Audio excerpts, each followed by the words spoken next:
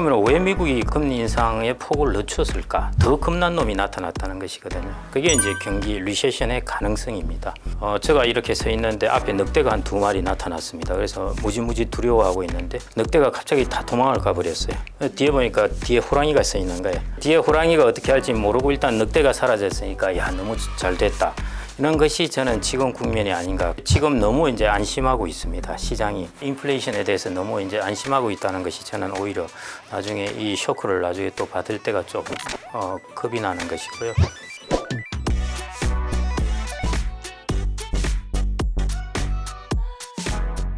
안녕하세요. 매주 경제 전문가를 초대해서 한 주간 가장 화제가 됐던 경제 뉴스를 짚어보고 그 안에서 경제 일타 해법을 들어보는 경제 일타 강사. 오늘의 게스트는 김경록 박사님이십니다. 박사님 어서 오세요. 네, 안녕하세요. 반갑습니다. 머니투데이 방송 애청자 여러분. 김경록이고요. 제가 일타 강사는 전혀 아니지만은 오늘 하여튼 열심히 이야기를 해보겠습니다. 그럼 바로 이제 첫 번째 뉴스 한번 짚어보겠습니다. 일단 수출 감소세 소비 회복 둔화 경제 침체 그늘 장기화 우려 이 기사가 첫 번째 기사인데요. IMF가 한국의 경제 성장률 전망치를 1.5%로 이제 하향 조정했습니다. 아무래도 뭐 경기 침체도 있고 반도체 불황도 있고 이런 여파가 컸던 것 같은데요. 경기 침체 좀 하반기에 더 심화될 것으로 보시나요? 예, 다른 나라들은 조금씩 올렸는데 우리나라는 좀 떨어뜨리고 한 수정을 하면서 좀 그런 특징이 있었는데요. 저는 이제 하반기 경제, 경기 이 정도 문제가 아니라 저는 오히려 조금 더 길게 봐야 된다고 보는데요. 경기 침체 문제는 오히려 내년이 조금 더 본격화되지 않을까 좀 그렇게 보고요. 그렇게 보는 이유 중에 하나는 미국 경제 부분입니다. 미국 경제가 지금 이제 금리 인상을 계속 가속화하다가 잠깐 이제 스톱하고 이제 거의 구분응선은 다 온 것이죠. 그러다 보니까 이제 시장이 상대적으로 좀 안도를 하고 있는데, 그리고 미국 시장은 아시다시피 이제 실업률도 높지가 않고 물가는 지금 안정되고 있고 하니까 이제 경제 연착륙 이야기가 바로 나오고 있습니다. 그러니까 아주 이제 분위기는 좋아졌는데요. 저는 전혀 이 정도의 환경 변화, 예를 들어 금리가 거의 역대 두 번째로 급한 속도로 인상을 한 이런 상황에서 이 정도에서 안정될 수는 없는 것이고요. 미국 경기도 아마 내년 정도 아마 승부수를 볼 것 같습니다. 그 승부수에서 저는 이제 생각보다는 좀 더 경기가 더 리세션의 깊이가 있을 가능성이 크다 그렇게 보기 때문에요. 우리나라도 당연히 영향을 받게 될 것이고, 그래서 우리나라가 이제 계속 희망을 갖고 있는 게 보통 보면은 상반기는 안 좋다가 하반기 좋고 이러는데요. 제가 이제 계속 드리는 말씀이 너무 성급하고 조급하게 생각하지 말자. 자산 가격들이 갑자기 떨어지니까 이게 반등할 때가 빨리 되었어야 되는 것이고, 반등할 때가 되는 이유를 찾으려면 이제 경기에서 이유를 찾아야 되고, 그런데 또 공교롭게도 이제 금리가 구분응선에서 거의 이제 와 있고 하니까 또 이제 성급하게 좀 생각을 하시는 것 같아요. 근데 그렇게 이 정도의 이제 충격을 받은 것, 예를 들어 금리 인상을 아주 급한 속도로 이제 하게 되었는데요. 그 정도 같으면은 그렇게 경기가 금방 이렇게 또 다시 이제 턴을 하고 연착륙을 하고 그럴 가능성이 그렇게 높지 않을 것 같습니다. 그래서 저는 오히려 내년 경기까지 계속 주시해서 봐야 된다 이렇게 보고 있습니다. 한은에서는 금리를 동결했단 말이에요. 두 번 연속. 근데 말씀하신 대로 미국은 좀 가파르게 올라가고 있고 다음 달에도 또 추가로 인상을 할 거다 이런 움직임이 좀 보여요. 근데 이렇게 사실 한국과 미국의 금리 격차가 클 때는 또 그만한 부작용도 따를 텐데 외국인 자금이 또 유출될 수도 있고요. 조금 이 부분에 대해서 조금 어떻게 보실까요? 외국인 자금의 이제 이동 이런 것들은 그렇게 예를 들어 약간의 금리 차 이런 걸로 민감하게 움직이지는 않는데요. 오히려 우리나라는 이제 금리 차가 제일 두려운 부분, 그 금리 차로 인해서 일어날 수 있는 약한 고리는 환율 쪽입니다. 그래서 지금 이제 무역 수지도 적자가 되고 경상 수지도 갑자기 좀 또 적자가 되고 하니까 이게 이제 환율이 제일 불안한 요소이죠. 무역 수지만 좀 안정돼 주면은 금리 쪽에서 훨씬 편안하게 이제 정책을 펼 수 있을 텐데요. 지금은 이제 무역 수지도 불안정하니까 사실은 이제 그 부분이 약한 고리입니다. 환율이 만일 움직이면은 우리나라가 금리 정책을 나홀로 정책을 펴기가 어렵거든요. 저는 이제 미국과 우리나라와의 금리 갭의 대략 맥시멈을 한 1.5% 포인트 정도로 이전부터 이제 보고 있었는데요. 지금은 이제 1.5% 포인트 정도죠. 이 정도면 충분히 인내할 수 있는 갭이다 그렇게 봤는데 미국이 한 25bp 정도 올리겠죠. 그러면 이제 우리나라가 어떻게 될지 그게 이제 저는 퀘스천입니다. 25PP를 굳이 따라갈 것인지 뭐 한 1.75% 정도 차이로 그냥 유지하고 있을 것인지 하는 것인데 그 여부는 결국은 이제 외환 시장이 아닐까 그렇게 생각이 됩니다. 어차피 물가 부분은 우리나라의 금리 정책으로 물가를 잡는다. 뭐 저는 그 부분은 크지 않은 것 같고요. 주로 대외적인 요인이거든요.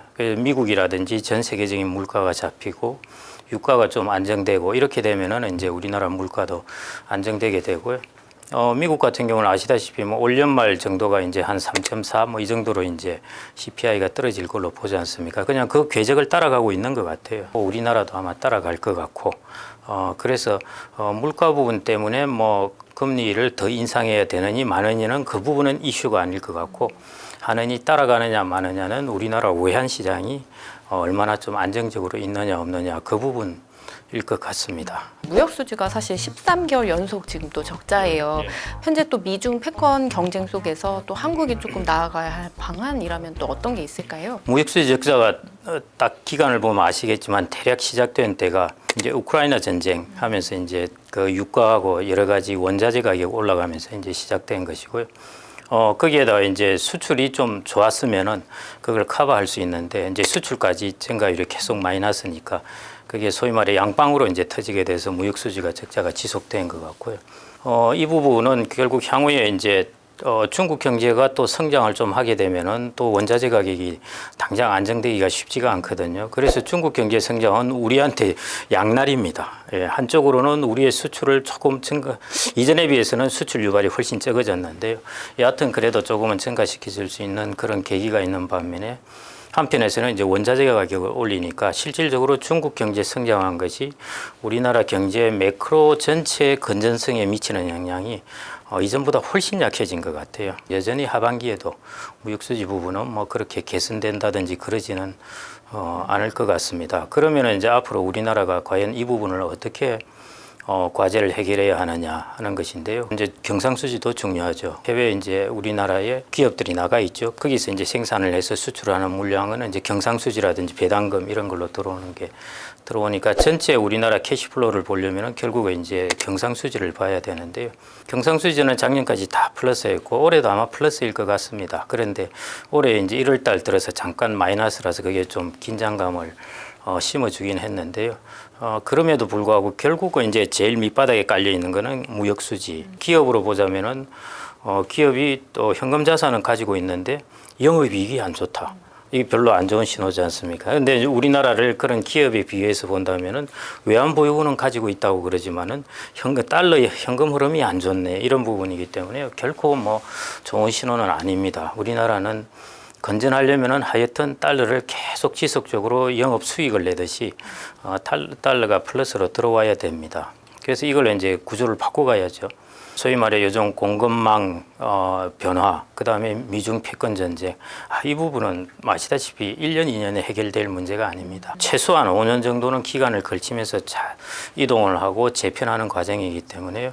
이 과정이 정착되기 전까지 경제를 건전하게 잘 지키는 것, 뭐 그게 이제 중요할 것 같고요.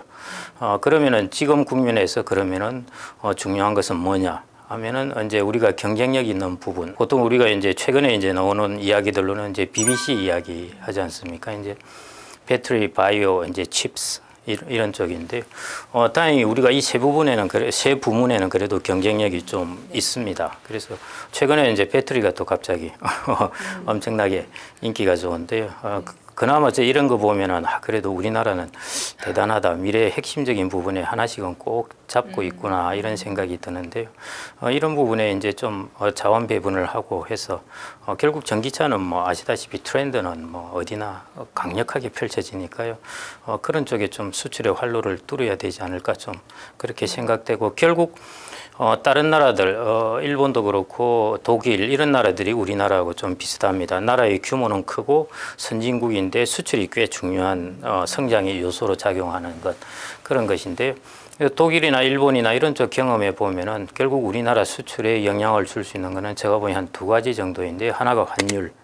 환율을 조금 그래도 이제 수출업자에게 유리하게 되어가는 것. 지금 정도 환율이면 그래도 많이 괜찮은 편이긴 한데요.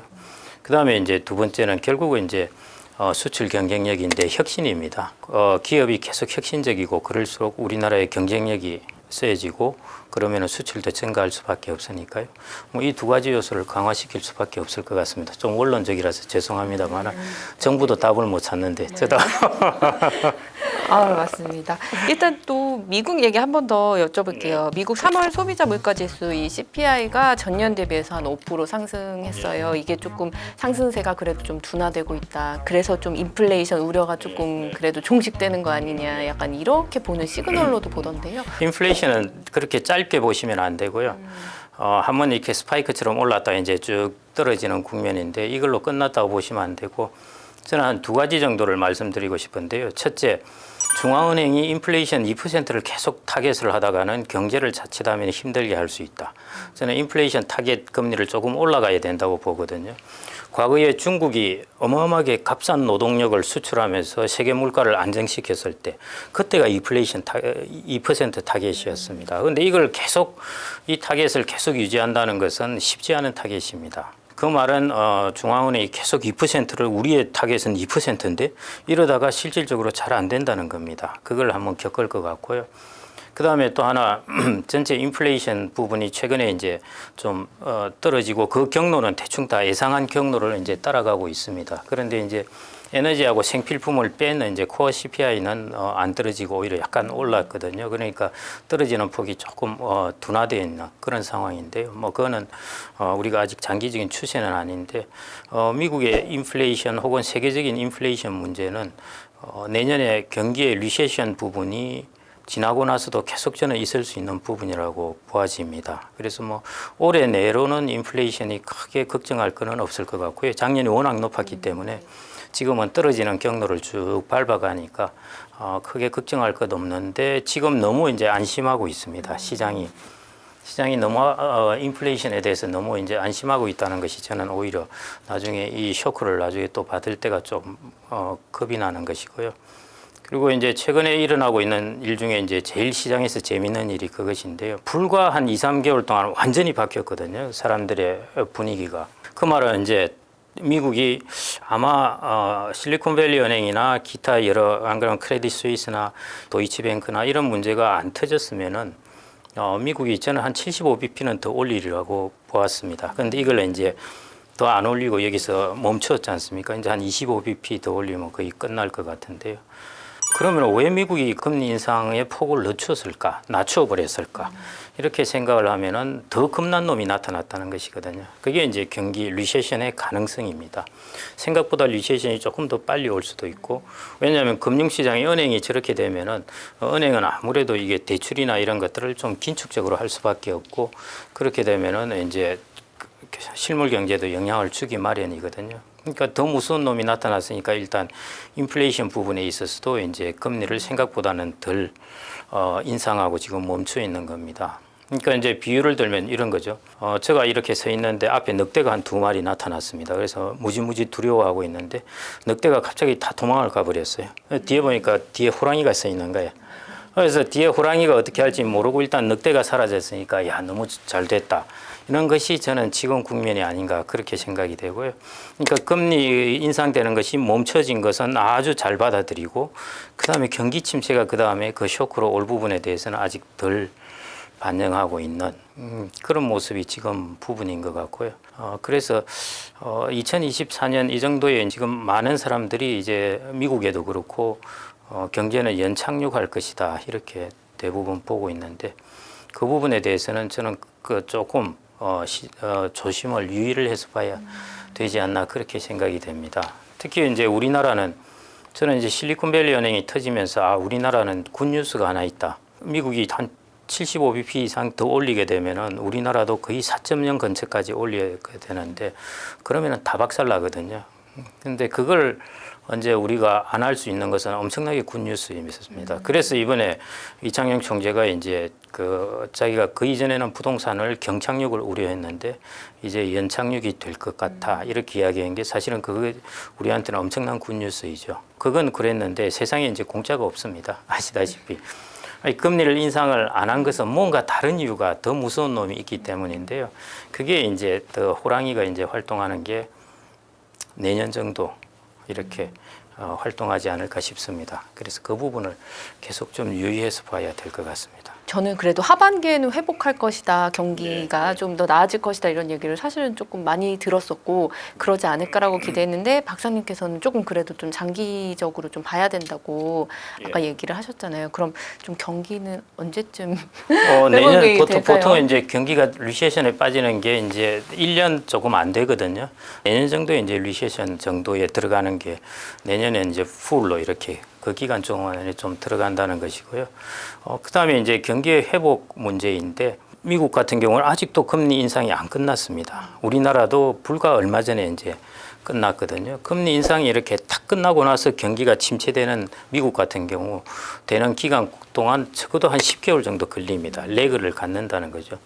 어떻게 막 금리를 인상하고 있는데 경기도 똑같이 그 영향을 받겠습니까? 이게 레그를 가면서 이제 영향을 주거든요. 재정 지출 같은 경우는 레그가 짧고 금융 정책 같은 경우는 이 레그가 좀 더 깁니다. 그러니까 이제 거기에 따라 보더라도 미국은 적어도 한 2024년에 이제 그 영향을 본격적으로 많이 받게 된다는 것입니다. 그래서 이제 우리가 너무 좀 서두르는 것 같기도 하고요. 경제는 어느 정도의 리세션에 들어가는데 그거는 누구나 이제 인정을 하는데요. 이게 이미 올해도 성장률이 우리나라는 1.5지 않습니까? 상당히 다운됐죠, 이미. 이게 이제 좀 더 하드 랜딩을 하느냐, 소프트 랜딩을 하느냐, 이게 이제 이슈였습니다. 그래서 내년 정도로 해서 이제 소프트 랜딩을 하지 않을까, 생각보다는 덜 무너지겠다 하는 것이 최근에 이제 나온 생각들이었는데요. 아직은 그거는 전 좀 더 두고 봐야 되지 않나 그렇게 생각을 하고 있습니다. 그래서 우리나라 경제 뭐 상반기 안 좋고 하반기 좋고 뭐 그다음 주가도 마찬가지 뭐 그렇게 봤는데 그게 오히려 거꾸로 될 가능성도 있고요. 상반기는 주가도 괜찮고 하반기가 내년의 경기를 반영하니까 좀 안 좋을 수도 있고 뭐 저는 그러지 않을까 좀 연초에도 그렇게 봤었고 뭐 지금도 계속 아직은 그렇게 보고 있습니다. 예. 지금이라도 들어가도 될까요? 단기적으로 물릴 수도 있고 그렇다는 거죠. 근데 오래 참을 수 있으면 괜찮은 건데, 그래서 뭐 나 이런 것들을 그냥 분할해서 사시는 게 제일 무난한 방법이 아닌가 이렇게 생각이. S&P 500은 사도 괜찮다. 우리나라는 저는 종합주가 지수는 좀 사지 말라고 이야기를 하고요. 그 대신